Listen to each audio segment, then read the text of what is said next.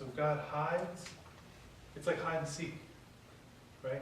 You play little kids, your little brother or sister, right? They want to be found, they're just goofing off and laughing.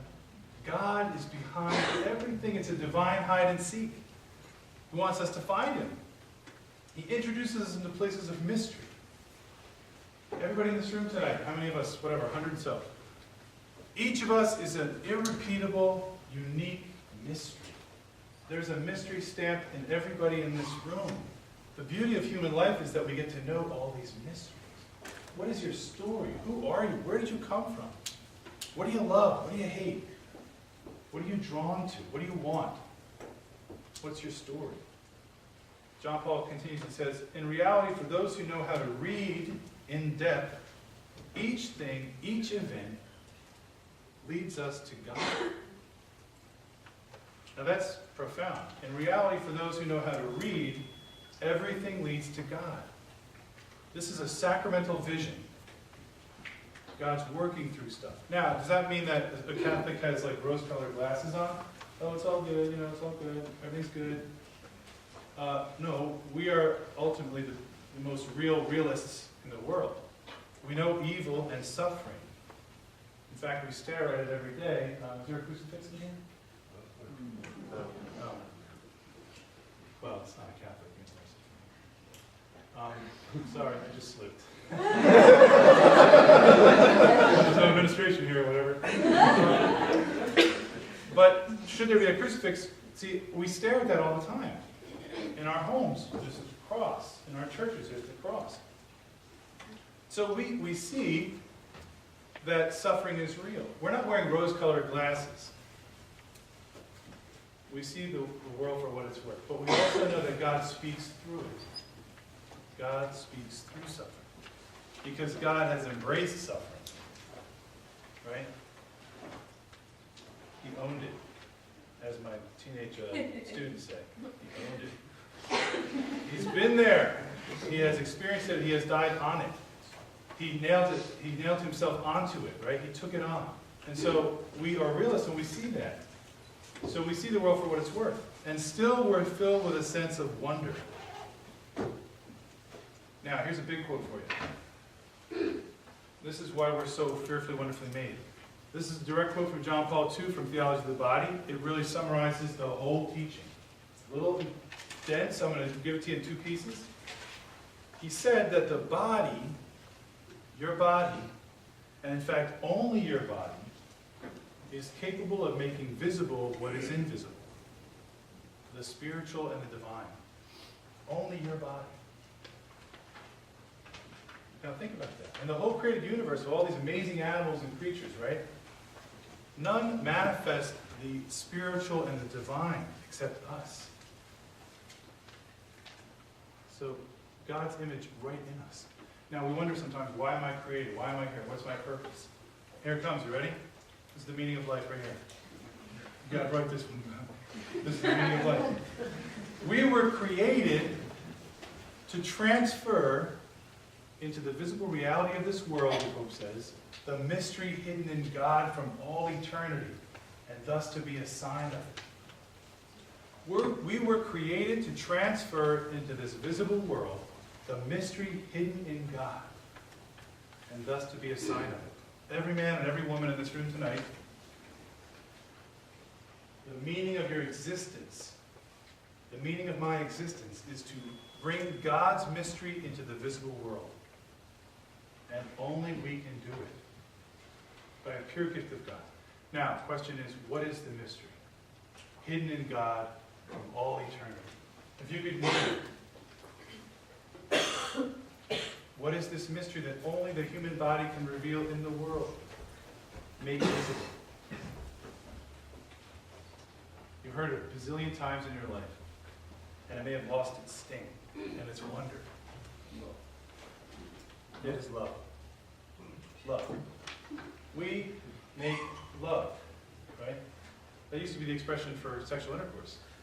Do we say that anymore? It's like have sex. Let's have sex. It used to be, let's make love. We make the invisible love visible through the physical. That's a wonderful thing. That's an amazing thing. that a human being can bring God's invisible mystery into the world.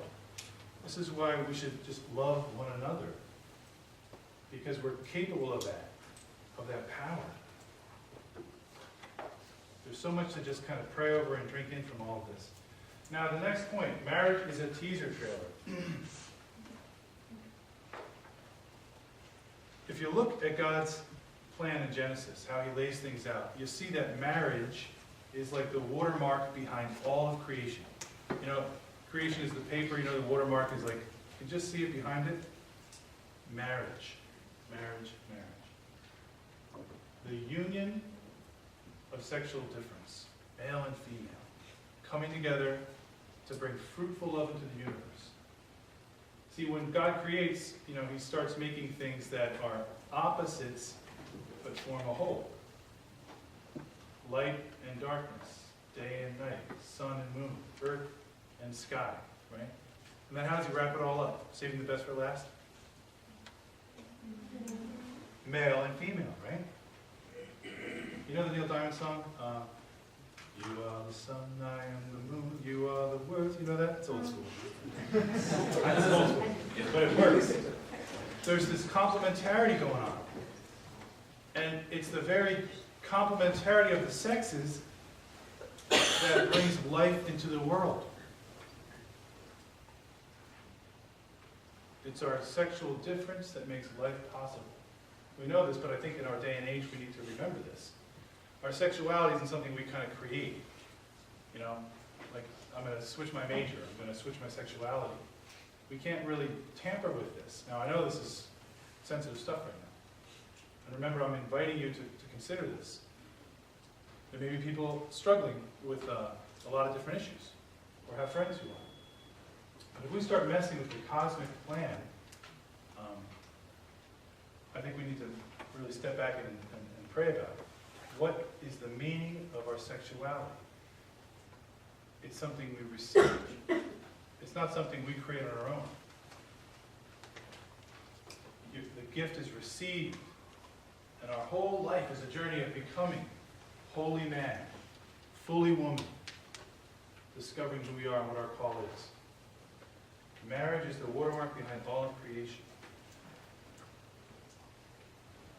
Marriage is also a little icon, a little appetizer, so to speak, of God's love. Who is God? How do we describe God for a Catholic? Is he the Gandalf with the long white beard? How does a Catholic describe God? Father, Son, and Holy Spirit, the Holy Trinity. Now, this is so mind-boggling. How could we have made this up?